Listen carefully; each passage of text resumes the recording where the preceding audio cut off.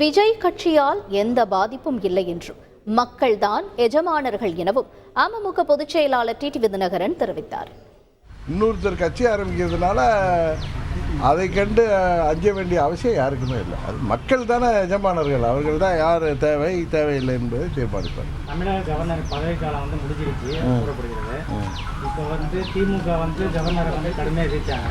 இப்போ அதை பற்றி எதுவும் பேச்சு எதுவும் அது திமுகவின் இந்த மௌனத்திற்கு காரணம்னு என்னென்ன முதல்வரை தான் கேட்கணும். திமுக மத்திய அரசாங்கத்தை கண்டு பயப்படுவதற்கு காரணம் நம்ம எல்லாருக்கும் தெரியும். சர்வைவலுக்காக எதையும் செய்யக்கூடிய கட்சி தான் திமுக. திமுக எதற்கும் தயாரானவர்கள் தங்கள் பதவியை காப்பாற்றிக் கொள்ள. அது கேட்டால் அது ராஜதந்திரங்கிற பேரில் இந்த பதவியில் இருக்கணுங்கிறதுக்காக எந்த வித நடவடிக்கைகளும் ஈடுபடுவார். ஜாதிவாரி கணக்கு எடுப்பு நடத்தினால்தான் அதன் அடிப்படையில் இடஒதுக்கீடு வரும் பட்சத்தில் எல்லா சமுதாய மக்களும் அதை ஏற்றுக்கொள்வார்கள். மத்திய அரசு கட்டாயப்படுத்த மாட்டோம், கோரிக்கை வைப்போம். செய்திகளை உடனுக்குடன் தெரிந்து கொள்ள உடனே சப்ஸ்கிரைப் பண்ணுங்க.